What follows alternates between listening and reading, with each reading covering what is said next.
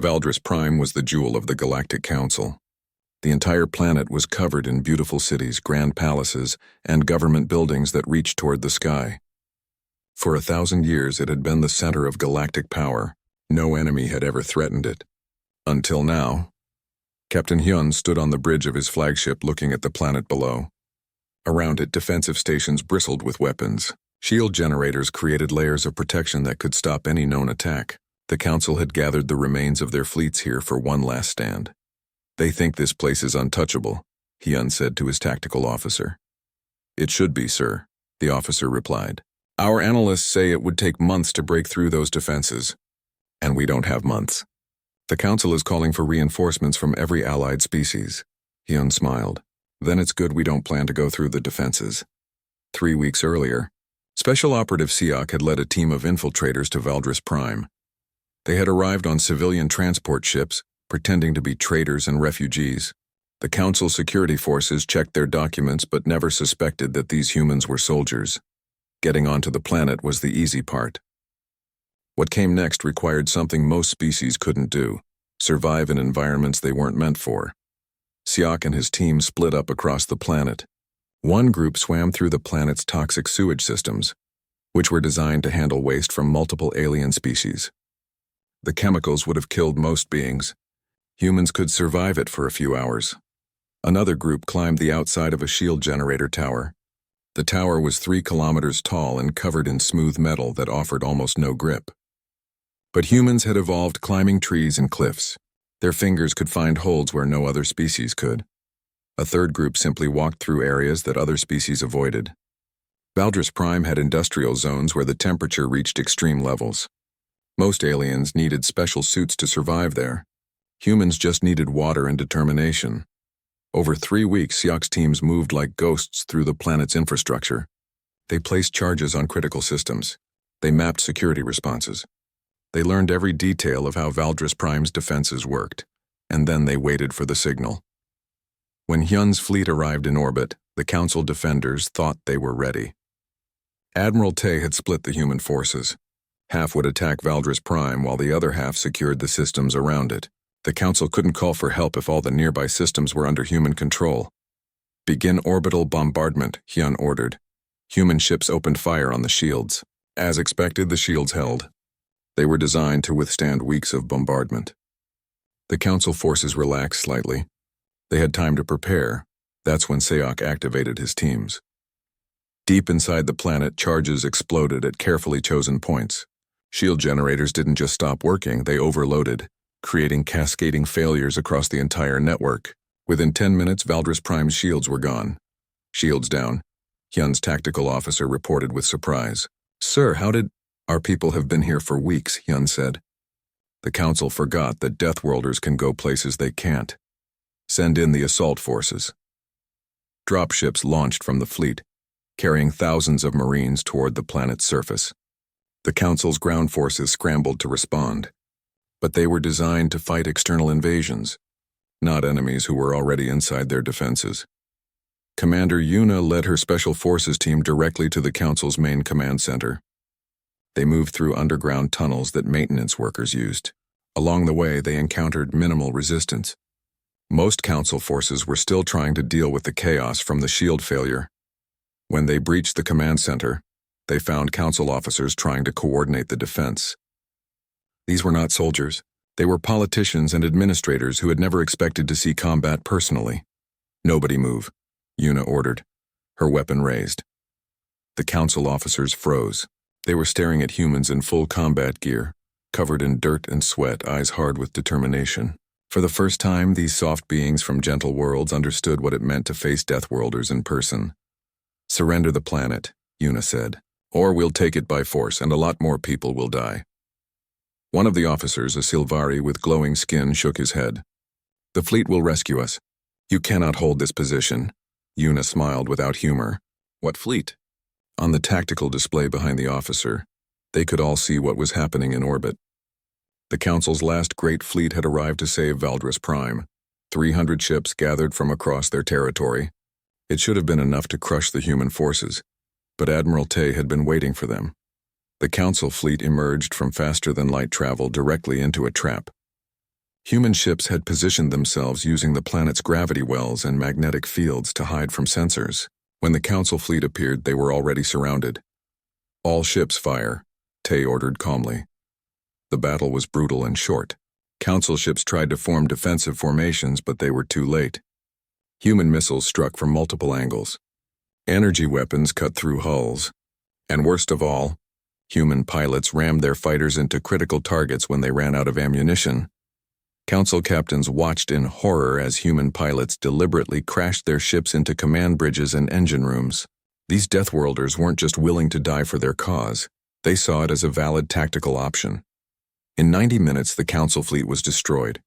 Some ships managed to escape, but most were left drifting in orbit, their crews dead or evacuating in pods. Back on the surface, Yuna showed the Council officers the battle report. "Your fleet is gone. Your defenses are down. Your people are surrendering in every system. It's over." The silvery officer's glow dimmed. He looked defeated. "What do you want?" "I want Chairman Velthar," Yuna said. "And I want him to sign a surrender. Not a negotiation. Not a treaty. A complete, unconditional surrender." Within hours, Chairman Velthar was brought before Captain Hyun in the Council chambers. The grand room where humans had been humiliated so many times now held the broken leadership of the galactic government. Velthar looked old and tired. All his arrogance was gone. He was just a being who had made terrible mistakes and now had to face the consequences. "You've won," Velthar said quietly. "What happens now? Will you destroy us? Enslave us like we enslaved you?" Hyun was quiet for a long moment. He thought about all the humans who had died. The children in the breeding stations. The colonists who were denied medicine. The workers who died in preventable accidents. "No," Hyun said finally. "We're not going to become you. We're going to be better than you." He pulled up a document. "This is the Treaty of Terra. You will sign it. Here's what it says. All human prisoners will be released immediately. All humans in forced labor will be freed. You will pay reparations for the damages you've caused, and most importantly, the Galactic Council is dissolved." Velthar looked up sharply. "Dissolved? But who will govern?" "A new government," Hyun interrupted. "One where every species has a voice. One where decisions require consensus, not domination. One where no species can do to others what you did to us." He leaned forward. "You had a chance to build that galaxy peacefully. You chose cruelty instead, so now we're going to build it by force, and you're going to help us whether you like it or not." Ambassador Mira, who had witnessed the humiliation at the Council chambers months ago, stood beside Hyun. She placed the treaty in front of Velthar. "Sign it," she said, "or we keep fighting until there's nothing left of your civilization." Velthar looked at the treaty. He looked at the human faces around him, hard and unforgiving. He looked at the tactical displays showing human forces in control of dozens of systems. He picked up the signing device and marked the treaty. "It's done," he said quietly. Around the galaxy, the news spread quickly. The war was over. Humanity had won. The Galactic Council had surrendered. Some species celebrated. Others worried about what would come next. But everyone understood one thing. The galaxy had changed forever. Admiral Tay stood in the war room looking at the final casualty reports. Thousands of humans had died in the war, but they had won freedom for millions more. Was it worth it? Someone asked. Tay thought about his daughter Gia, who had died because the Council wouldn't send medicine. He thought about all the other children who had suffered. "Yes," he said, "it was worth it. Not because we wanted revenge, but because we had to show the galaxy that oppression has consequences, that even the weakest, most despised species will fight back when pushed too far." He looked up at the stars visible through the viewport. "The Council called us Deathworlders. They meant it as an insult, but we turned it into a promise. A promise that Earth's children will never again bow to tyrants. The war was over, but the real work was just beginning. Humanity had broken the old order. Now they had to build something better, and they would do it the way Deathworlders always did things, through determination, sacrifice, and the absolute refusal to give up." Commander Nari's hands were steady as her ship approached the facility. From the outside, it looked like any other research station. Clean white walls, peaceful lights, the kind of place where scientists might study stars or develop new medicines. But Nari knew better. This was Breeding Station 7, one of 12 facilities where human children had been taken over the past century. Thermal scans show minimal security, her second-in-command reported. They're not expecting an attack. Why would they?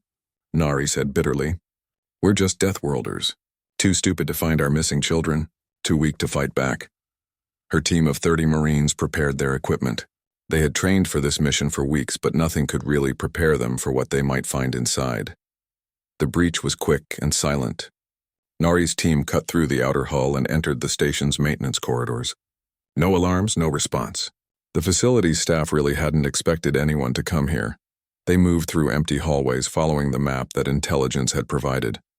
The station was huge, with multiple levels going down into an asteroid. As they went deeper, Nari started hearing sounds. Crying, screaming. The sounds of children in pain. Double time, she ordered, her voice tight. They reached a secured door marked Research Wing Alpha. One of her Marines used a cutting torch while the others kept watch. When the door fell open, they saw what was inside, rows of cells. In each cell, a human child. Some were strapped to medical tables. Others were in small rooms with observation windows. All of them looked terrified and sick. Nari felt something break inside her chest. She had expected it to be bad.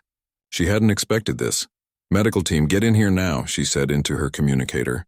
We have survivors. Lots of them. Her Marines spread out, opening cells and freeing the children. Many of them couldn't walk. Some were so traumatized they couldn't speak. The team found medical records showing what had been done to them. Experiments, tests. The council scientists had been studying human biology by cutting apart children. In one room, they found a Silvari researcher trying to delete files from a computer. Nari grabbed him by his glowing throat and slammed him against the wall. How many? She demanded. How many children died here? The researcher's eyes were wide with fear. He had probably never been touched with violence before. His civilized world didn't prepare him for an angry human. I don't... The records, how many? Nari repeated, squeezing harder. 300, the researcher gasped.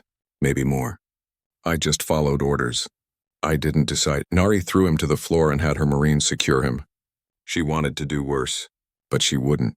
Unlike the council, humans still had some honor left. Recover all the data, she ordered. Every file, every image, every record. The galaxy needs to see this. It took 6 hours to evacuate all the children from the station. 73 survivors, most in critical condition. The medical team worked frantically to stabilize them for transport. Nari stood in the research wing looking at the empty cells. This was just one station. There were 11 more like it scattered across council space. How many children had suffered here? How many had died? She made a call to Admiral Tay. Sir, Station 7 is secured. We found survivors, and we found evidence of what they've been doing. There was a long silence on the other end. How bad is it, Commander? Worse than we imagined. Sir, they were using our children for medical experiments. They've been doing it for decades. The files show experiments on pain tolerance, disease resistance, genetic modification. Nari's voice cracked. They were treating our children like laboratory animals. Send me everything, Tay said quietly. Every file, every piece of evidence. The galaxy will see what the Council really is. Within hours, the data from Breeding Station 7 was being broadcast across every channel humans could access. Images of the cells, medical records showing experiments, videos of children crying in pain while alien scientists took notes. The galaxy's reaction was immediate and chaotic. Many species were horrified. They hadn't known this was happening. The Council had hidden it well, calling the facilities cultural exchange centers. Other species tried to justify it, saying that studying Deathworlders was necessary for galactic safety. But some species, the ones who had also been oppressed by the Council, saw the truth. This wasn't about safety. This was about power and cruelty. On Earth, the images sparked rage like nothing before. Families who had lost children now knew what had happened to them. The calls for vengeance were universal. No more mercy, no more restraint. Admiral Tay authorized the next phase of operations. Commander Nari led assault teams to all 12 breeding stations simultaneously. By the end of the week, every station was destroyed and every surviving child was free. 214 children total. So many more had died. The war intensified. Human forces weren't just fighting for freedom anymore. They were fighting for revenge. Fleet Captain Ray led the naval operations, developing tactics that shocked Council military experts. Human ships would deliberately fly through debris fields that should have torn them apart. They survived because their crews could handle more punishment than alien species. Human Marines boarded enemy vessels and fought in conditions that would kill others. They could handle higher radiation, more toxic atmospheres, wider temperature ranges. Every advantage that came from evolving on Earth became a weapon. Engineer Leah worked on another front: biological warfare. It was controversial even among humans, but after seeing what happened at the breeding stations, most people agreed that the Council deserved no mercy. Leah developed diseases tailored to specific alien biologies.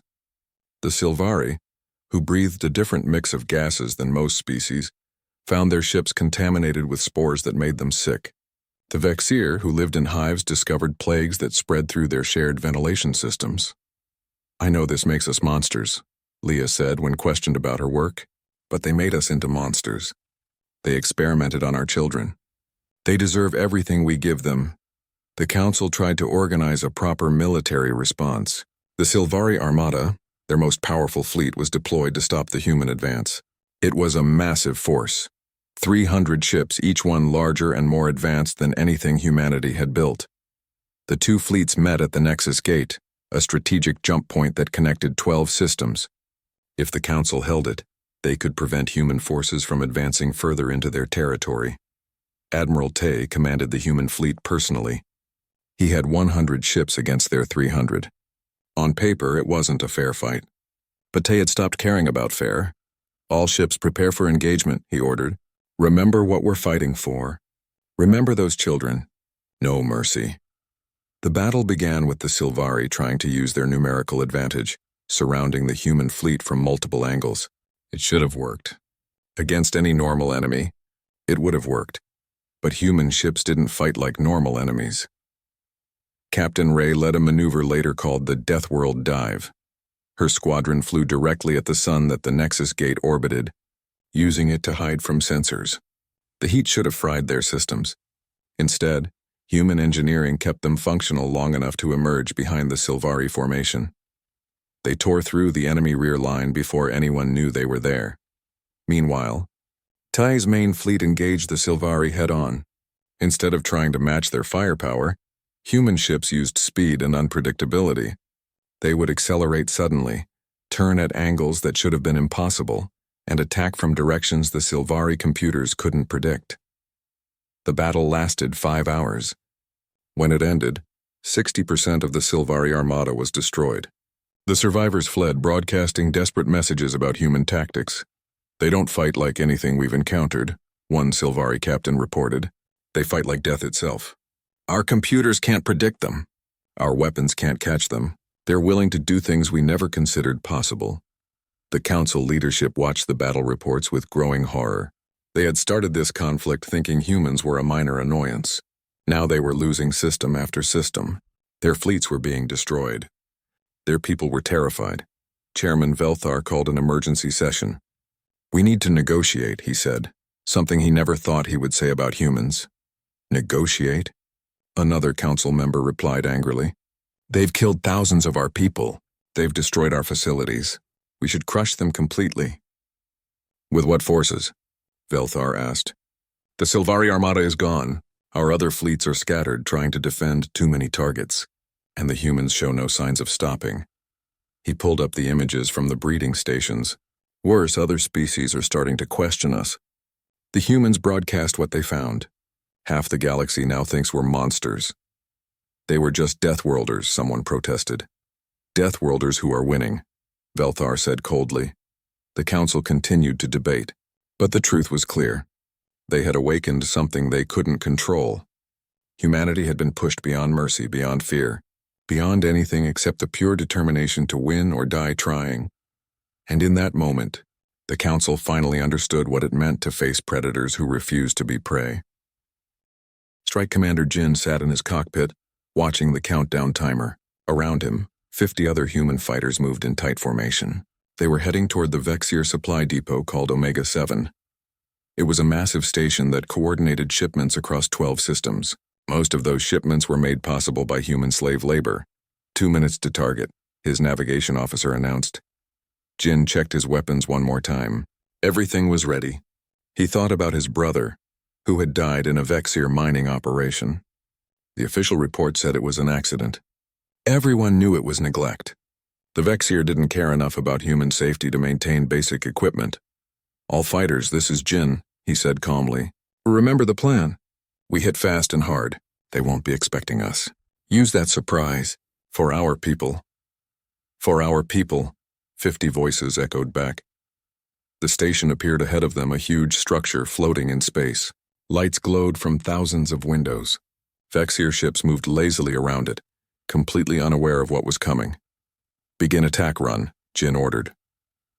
The human fighters accelerated suddenly, pushing speeds that would have crushed most alien pilots. Jin felt the pressure on his chest but ignored it. Humans had evolved to handle punishment. A little G-force was nothing compared to what Earth threw at its children.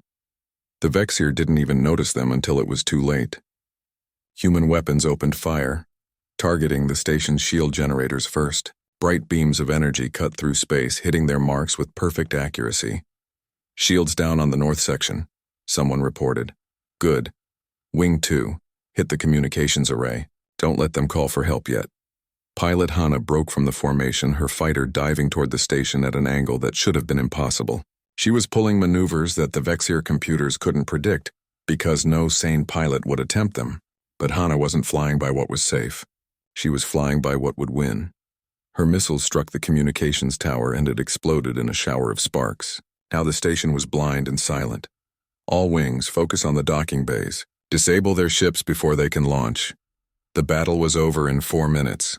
The Vexier security forces tried to respond, but their ships were designed for patrol work, not real combat. Human fighters cut through them like predators taking down prey. Some Vexier ships tried to run. Jin let them go. Let them carry the message back. Humans were no longer afraid. "Ground teams, you're clear for boarding," Jin announced. Transport ships moved in, carrying Marines to the station's surface. Sergeant Wu led the first team through the airlock. Inside, the station was chaos. Alarms were blaring. Vexier workers were running in panic. The station's security forces tried to form a defense, but they had no idea what they were facing. The Vexier were an insect-like species that lived in hives. They had never known predators on their homeworld. When they saw humans moving toward them in coordinated groups, something in their genetic memory panicked. These weren't other civilized species following the rules of war. These were hunters. Wu's team moved through the corridors like they had trained for this their entire lives, because they had. Every human soldier knew how to fight in close quarters. Every human had ancestors who hunted in packs. The Vexier security forces broke and ran. "Station secured," Wu reported just 2 hours after they had boarded. "We found the labor records. Sir, you need to see this." Jin landed his fighter in the station's bay and made his way to the command center. Wu showed him files that detailed every human worker in the Vexier system. Thousands of names. Thousands of people who had been taken from their families and forced to work in deadly conditions. "How many died?" Jin asked quietly. "In the last year alone?" 3,247, Wu said, his voice tight with anger. "Most from accidents that could have been prevented with basic safety measures." Jin felt cold rage settle over him. This is what they were fighting against. This casual cruelty, this complete disregard for human life. "Send this data to Admiral Tay," Jin ordered, "and prepare to broadcast it to every system in the galaxy. Let everyone see what the Council allows." He walked to the station's main communications array, which his engineers had just repaired. It was time to send a message. "This is Strike Commander Jin of the Human Defense Fleet," he said, his words being recorded and prepared for broadcast. "For 300 years, the Galactic Council has oppressed humanity. They have enslaved our people. They have let our children die. They have treated us as less than nothing." He pulled up the images from the labor records showing the names of dead humans.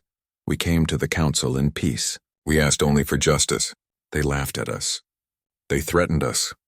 They told us to accept our place as inferior beings." His voice grew harder. "We have a message for the Galactic Council. We are not inferior. We are not weak. We are Deathworlders, and we are done being victims." He gestured to the disabled Vexier ships floating in space around the station. "This is the Omega-7 depot. It was, now it's ours. Every human being held here against their will is now free. Every record of council crimes we found here will be broadcast to every planet in known space. Jin looked directly at the camera, to the council. Release all human prisoners. Recognize our sovereignty as an independent people. Pay reparations for the crimes you have committed against humanity. Or this is just the beginning. You called us Deathworlders. You were right to fear us. The message ended. Within hours, it was being seen across the galaxy. On the council's central station, Chairman Velthar watched the broadcast with disbelief. Around him, other council members were panicking. This is impossible, one of them said. Humans don't have a military fleet. We would have known. Apparently, we wouldn't have. Another replied, fear in their voice. Velthar felt something he hadn't felt in centuries. Doubt. The attack on Omega-7 had been perfectly executed. Military analysts were already reporting that human tactics were unlike anything they had seen.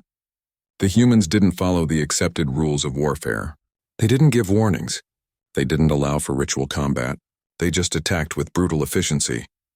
Send the defense fleet to retake Omega-7, Velthar ordered. Sir, it will take 3 days for the fleet to get there. Then send them now. But it was already too late. By the time any council fleet could respond, Jin's forces had stripped the station of everything useful and left. They jumped away, disappearing into the vastness of space. The council mobilized its forces, confident that they could crush this human rebellion quickly. They had thousands of ships. They had weapons developed over millennia. What could one species from a primitive death world do against the might of galactic civilization? They were about to find out. In the following days, human forces struck at 50 different targets simultaneously. Supply depots exploded. Military bases went dark. Communication relays were destroyed. Each attack was quick and precise. The humans would appear, hit their target, and vanish before reinforcements could arrive. The Council's forces tried to respond, but they were always one step behind. Their ships were faster on paper, but human pilots were willing to push their vessels to the limit. Their weapons were more advanced, but humans fought with a creativity and desperation that no computer could predict. Admiral Tay watched the reports coming in from across Council space. Every mission was succeeding beyond expectations. The Council's forces were in chaos, trying to defend too many places at once. Captain Hyun stood beside him in the command center. They're calling for negotiations, Hyun said. 3 council members have sent private messages asking to talk. Tell them no, Tay said flatly. We tried talking. Now we speak with actions. When they're ready to surrender, we'll listen. Not before. He pulled up a map showing the next phase of operations. Send this to all fleet commanders. We're going to hit the breeding stations next. Hyun's face went pale. The breeding stations were where human children were taken for study. Nobody knew exactly what happened there, but none of the children ever returned. Sir, if what we suspect is true, then the galaxy needs to know, Tay interrupted, and the people responsible need to face justice. Commander Nari's team is already in position. They'll breach the stations tomorrow. Across human space, people watched the news with mixed emotions. They were winning. Their forces were crushing the Council's military. But everyone knew this was just the beginning. The Council wouldn't give up easily, and when they finally organized a real response, the war would become much bloodier. In his quarters, Jin looked at a picture of his brother. We're doing it, he said quietly. We're finally fighting back. I hope you can see this wherever you are. The war had begun, and humanity was showing the galaxy what 300 years of oppression had created. A species that would never stop fighting until they were free or dead. The Deathworlders had finally snapped, and the galaxy was burning. The dark side of Luna was cold and lifeless, just like it had been for billions of years. But beneath the ancient rock, something massive was stirring. Admiral Tay stood in the command center, watching screens that showed the largest fleet humanity had ever built. Nobody in the galaxy knew these ships existed. That had been the plan all along. Admiral, a young officer said, saluting. All fleet commanders are assembled and waiting for you. Tay nodded and walked into the briefing room. Around the long table sat the leaders of Earth's military. These men and women had spent decades preparing for this moment. Each of them had lost someone to the Council's cruelty. Each of them remembered why they were here. The Council has made its choice, Tay began without wasting time. Captain Hyun's mission failed. They rejected our peaceful requests. They threatened to cut off our supplies. They made it clear they will never see us as equals. He paused, looking at each face around the table. The question now is, what do we do about it? Engineer Sora stood up. She was a small woman, but her mind was one of the sharpest in human space. She activated a hologram that showed a massive warship. For 30 years we have been building these, Sora said. The galaxy thinks we're just Deathworlders, strong but stupid. They never bothered to watch what we were doing. They never imagined we could create something like this. The hologram rotated, showing details of the ship. It didn't look like other vessels in the galaxy. Where alien ships were smooth and elegant, human ships looked brutal and efficient. They were built for one purpose: to fight and win. These ships use gravitational drives that no other species has developed. Sora continued. We can move faster and turn sharper than anything in their fleets. The G-forces would kill most aliens, but humans can handle it. Our bodies evolved on a death world. We're built tougher. She pulled up more images. We've also developed weapons they've never seen. Kinetic accelerators that fire metal at impossible speeds, EMP bombs that shut down their systems, and biological weapons designed specifically for each major species in the Council. Commander Yuna, head of Special Operations, spoke next. We've also been placing agents throughout Council space for 20 years. They're embedded in every major system. Some work as janitors in military bases. Others are traders who move between planets. A few are even married to aliens and have built lives there. She smiled grimly.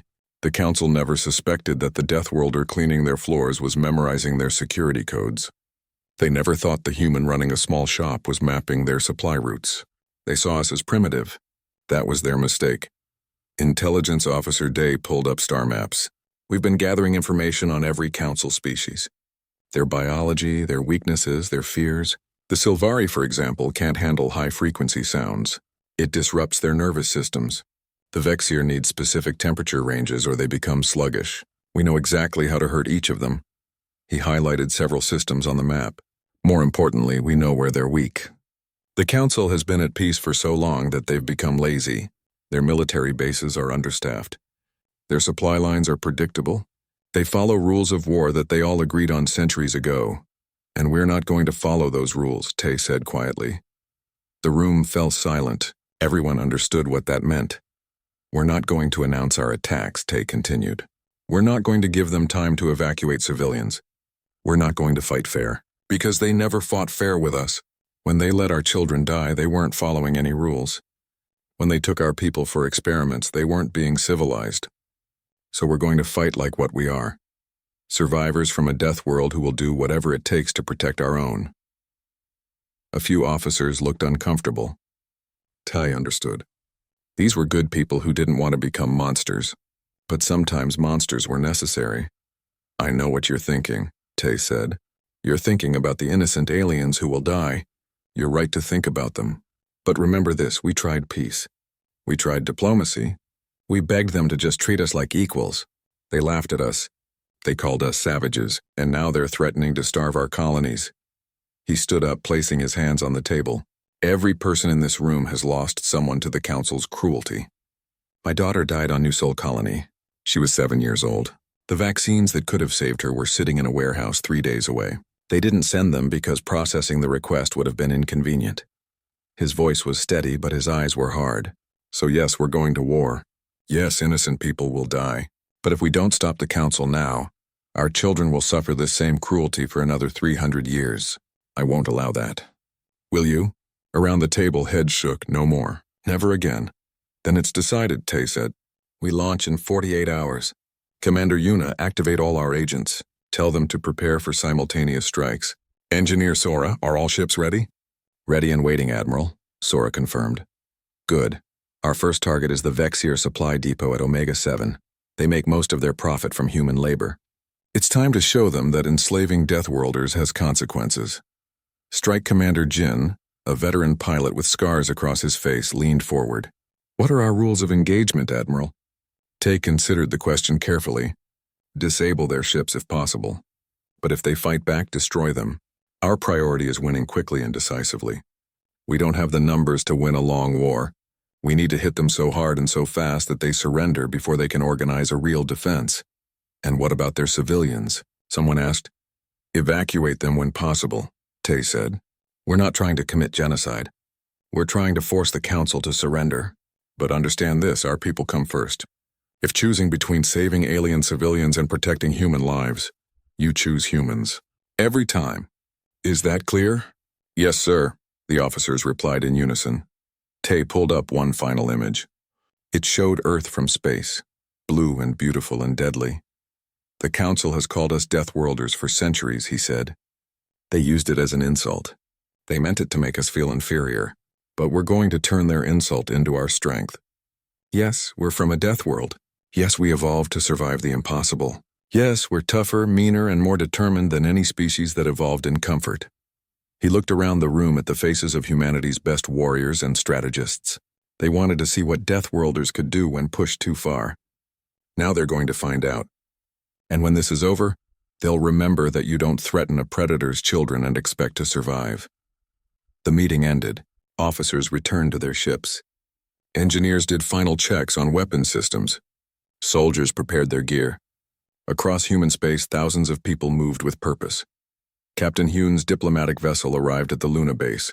He found Admiral Tay in his office looking at a picture of a little girl with bright eyes and a big smile. Your daughter? Hyun asked gently. Yes, her name was Jia, Tay said, still looking at the picture. She wanted to be a doctor. She wanted to help people. He put the picture down and looked at Hyun. Tell me honestly, Captain, do you think we're doing the right thing? Hyun thought about all the faces he'd seen in the council chamber. The contempt, the disgust, the complete lack of compassion. I think we're doing the only thing we can do, Hyun said. The council will never change unless we force them to change. And the only language they seem to understand is force. Tay nodded slowly. Then let's speak in a language they'll understand. 48 hours later, the human fleet emerged from the darkness of Luna's shadow. Ship after ship rose into space, their engines burning bright against the stars. They moved in perfect formation, heading toward jump points that would take them deep into council space. On the bridge of his flagship, Admiral Tay gave the order. All ships, jump on my mark. Let's show them what happens when you push Deathworlders too far. Mark. The fleet disappeared in flashes of light, leaving empty space where humanity's vengeance had been hiding for 30 years. The galaxy was about to learn a hard lesson. Never corner a predator. Captain Hyun stood at the window of the diplomatic vessel, watching the massive space station grow larger as they approached. The Galactic Council's headquarters looked like a floating city made of crystal and light. It was beautiful. It was also a place where humans had been humiliated for 300 years. He turned to look at Ambassador Mira. She was reviewing her notes one last time, her hands shaking slightly. Hyun understood why. This meeting could change everything for humanity. Or it could make things much worse. Are you ready? Hyun asked quietly. Mira looked up and nodded. I have to be. Our people are counting on us. Behind them, Security Chief Kang checked his weapon for the third time. The tall man rarely showed emotion, but Hyun could see the tension in his shoulders. They all knew what was at stake. The ship docked smoothly. As they walked through the gleaming corridors of the station, alien species from across the galaxy moved past them. Some stared at the humans with curiosity. Others looked away in disgust. Humans were known as Deathworlders, creatures from a planet so dangerous that it had shaped them into something the rest of the galaxy feared and despised. Earth was a nightmare world compared to most planets in the galaxy. It had extreme weather, deadly animals, diseases that could kill in days, and natural disasters that wiped out entire cities. Most intelligent species came from gentle worlds with mild climates and few predators. They couldn't understand how humans had survived on Earth, and they didn't want to. For 3 centuries since humanity joined the galactic community, they had been treated as lesser beings. Humans did the dangerous jobs. They worked in toxic mines and radiation zones. They were given the colonies on harsh worlds that no one else wanted. And when they asked for help, they were ignored. The council chamber was enormous. Thousands of aliens sat in curved rows that rose up toward a domed ceiling. At the center, on a raised platform, sat the council members. They represented the most powerful species in the galaxy. Chairman Velthar of the Silvari species looked down at the human delegation with cold eyes. The Silvari were tall and elegant, with skin that seemed to glow. They considered themselves the most civilized species in the galaxy. Humans, Velthar said, his voice echoing through the chamber. You requested this meeting. Speak quickly.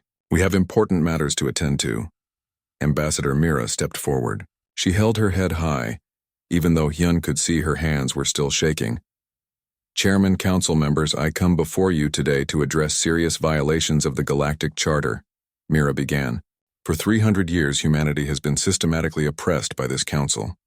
We have evidence of illegal labor practices, denial of medical aid, and the abduction of human children. A wave of dismissive laughter rolled through the chamber. Velthar held up one hand and the noise quieted. These are serious accusations, Velthar said, but his tone suggested he found them amusing rather than serious. What evidence do you have? Mira activated her datapad. Images appeared on the screens around the chamber. They showed human workers in dangerous conditions without proper safety equipment. They showed colonies begging for medical supplies that never came. They showed empty beds where children should have been sleeping. This is New Soul Colony, Mira said, her voice growing stronger. 2 years ago, a plague broke out. We requested vaccines. You had them. You could have sent them in 3 days. Instead, you waited 4 months. 40,000 humans died. 20,000 of them were children. The chamber was quiet now. Some aliens looked uncomfortable. Others looked away. And here, Mira continued pulling up new images, are records of human children taken for cultural exchange programs. None of them ever returned home. When we asked about them, we were told the records were lost. Convenient. Velthar's expression didn't change. Ambassador Mira, you must understand. Humans are difficult. Your species is violent, emotional. You come from a savage world. These measures are necessary to protect the civilized galaxy. Hyun felt his jaw tighten. He had heard these words before. Every human had. They were the excuse for everything. Necessary? Mira's voice shook with anger now. Letting children die is necessary? Stealing our young is necessary? What kind of civilization does this? Velthar stood up, his glowing form seeming to grow larger. The kind that understands that Deathworlders cannot be trusted with full rights. You are tolerated here, human. Do not forget that. Your violent nature, your aggressive tendencies, these things make you dangerous. We allow you to exist in our galaxy out of compassion. Compassion? Mira repeated the word quietly. Then louder. You call slavery compassion? You call murder compassion? I call it necessary order, Velthar said coldly. And if you continue with this emotional outburst, I will have no choice but to revoke Earth's trading rights entirely. Your colonies will receive nothing. No supplies. No medicine. No food shipments. Is that what you want? The threat hung in the air. Earth's colonies depended on those trade routes. Without them, millions of humans would suffer. Hyun saw Kang's hand move toward his weapon.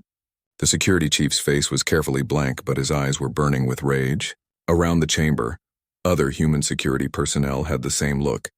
300 years of humiliation, 300 years of watching their people suffer. It was all there in their faces. Mira stood frozen, her datapad still showing images of dead children. Hyun made his decision. He stepped forward and placed a hand gently on Mira's shoulder. Ambassador, he said quietly, we're done here. He turned to face Velthar. The chairman looked smug, confident that he had won again. Chairman Velthar, Hyun said, his voice calm and clear. Thank you for making your position clear. You have shown us exactly what the Galactic Council thinks of humanity. We came here hoping for justice. We came hoping for peace, but you cannot give us what you do not have. Captain Hyun, Velthar said with a warning tone. Choose your next words carefully. Hyun smiled, but it didn't reach his eyes. Oh, I've chosen them very carefully. For 300 years we have followed your rules. We have accepted your insults. We have buried our dead while you watched and did nothing. That ends today. He activated his communicator. All human personnel, this is Captain Hyun. Begin immediate evacuation from all council facilities. Protocol Wildfire is now in effect. The chamber erupted in confused noise. Velthar's eyes widened slightly. You're leaving? The chairman asked. Running away like the cowards you are? Hyun turned back to face him one last time. No, Chairman. We're not running away. We're going home to prepare. You called us Deathworlders. You were right. And you're about to learn why Earth breeds survivors who never give up. He walked out of the chamber, Mira and Kang beside him. Behind them, the Galactic Council laughed. They thought it was another empty threat from desperate humans. They would learn the truth soon enough. As the human ship pulled away from the station, Hyun looked at his crew. Send the message to Earth. Tell Admiral Tay the diplomacy has failed. It's time to show them what Deathworlders can do. The message was sent, and across human space, on hidden bases and secret shipyards, a fleet began to wake up. A fleet that had been built in silence for decades. A fleet designed by beings who had learned to survive on a world that tried to kill them every day. The galaxy had pushed humanity too far. Now they would learn what happens when predators stop pretending to be prey.